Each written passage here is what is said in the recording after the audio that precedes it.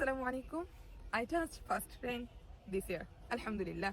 ইসলামের সৌন্দর্য বলে শেষ করা যাবে না, কারণ এই যে দেখছেন পানি স্পর্শ করছি, বৃষ্টির পানি, এটাও কি আমাদের জন্য ইবাদত। আলহামদুলিল্লাহ।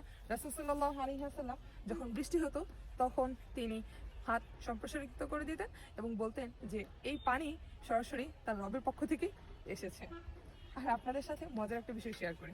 এখন বাজে প্রায় 7টা, আর আমি আজকে সকালবেলা এই যে এটার জন্য গিয়েছিলাম বাজারে দুজনে। তো সেখানে গিয়ে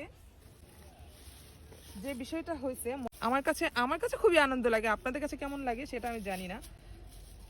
এক ফানা কলা কিনেছি একটা জোড়া দেখে, এই যে এক জোড়া দেখে, মানে জমজ দেখে একটা কিনেছি, পরে দাম দেওয়ার সময় দেখি কি আরেকটা জোড়া।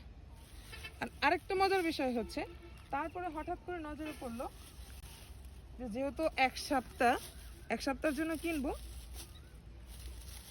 এখানেও দেখি মানে আর কি জমজ দুইটা, এই যে একটা জমজ দুইটা।